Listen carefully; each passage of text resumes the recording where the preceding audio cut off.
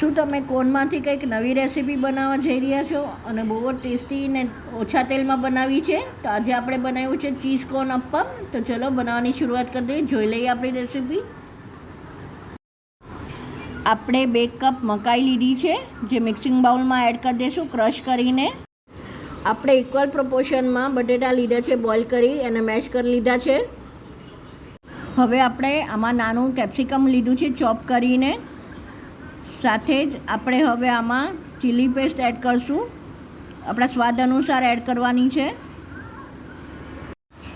આપણે 3 થી 4 કળી લસણ લીધી છે ક્રશ કરીને. લસણનો સાયલેન્ટ ટેસ્ટ લેવાનો છે. ઇવન તમારે જો મિક્સ વેજીટેબલ્સ તમારી પસંદગીના એડ કરવા હોય, ગાજર છે, ફણસી છે, એ તમે એડ કરી શકો છો આમાં ફાઇનલી ચોપ કરીને. 2 ટેબલસ્પૂન અત્યારે મેં કોથમરી એડ કરી છે. આપણે રેગ્યુલર સ્પૂન ભરીને મરી પાવડર એડ કરશું.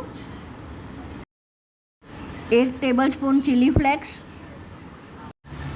Salt to test.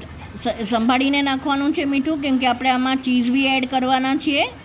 સાથે આપણે બ્રેડ ક્રમ્સ એડ કરી દઈશું, જે 1/2 કપ લેવાનો છે.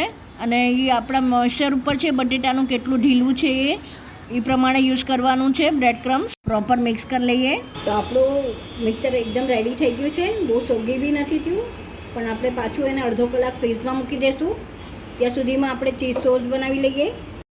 તો હવે આપણે મિક્સર જારમાં સોક કરેલા કાજુ લેશું 1/2 કપ. સાથે આપણે એક ચીઝ ક્યુબ લઈ લઈશું ચોપ કરીને. 1 ટેબલસ્પૂન દહીં લઈ લઈશું. 1 ટેબલસ્પૂન આપણે પનીર એડ કરી દઈશું. Salt to taste. અને આપણે ક્રશ કરી લઈશું બરાબર એકદમ પેસ્ટ. તો તમે જોઈ શકો થીક સોસ બની ગયો છે. અગર જરૂર પડે તો તમે થોડું પાણી એડ કરી શકો, જો ક્રશ કરવામાં પ્રોબ્લેમ આવતો હોય તો. હવે આપણે આમાં 1 ટીસ્પૂન મિક્સ લઈ લઈશું અને ફરીથી એક વખત ક્રશ કરી લઈશું અને ચીલ થવા મૂકી દઈશું. ત્યાં સુધીમાં આપણે અપ્પમ બનાવી લઈએ.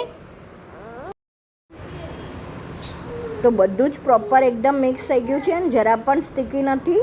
તો હવે આપણે હાથ ગ્રીસ કરી લઈશું તેલવાળો, અને સાથે આપણે નાનો બોલ બનાવી લેવાનો છે. તમે જોઈ શકો છો એકદમ બોલ સરસ રીતે થઈ રહ્યો છે. તો હવે આપણે કેવિટી કરી દઈશું એમાં, અને આપણે ચીઝમાંથી 4 પાર્ટ કરવાના છે, જે ક્યુબ આવે છે એમાંથી, અને સ્ટફ કરી દેવાનું છે. બોલ બનાવી દેવાનો છે આમાંથી. બહુ સરસ રીતે બોલ બની જાય છે.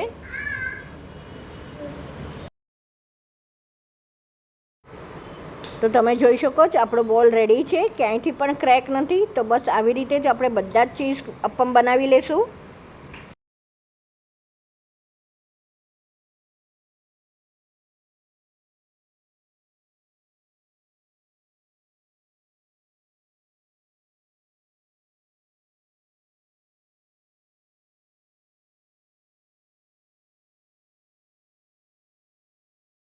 તો હવે આપણે અપ્પમ મેકર લઈ લઈશું. સ્લો ટુ મીડિયમ હીટ ઉપર ઓઇલ એડ કરી દઈશું અને બધી જ કેવિટીઝ આપણે ગ્રીસ કરી લઈશું. હવે આપણે આમાં બધા અપ્પમ્સ મૂકી દઈશું.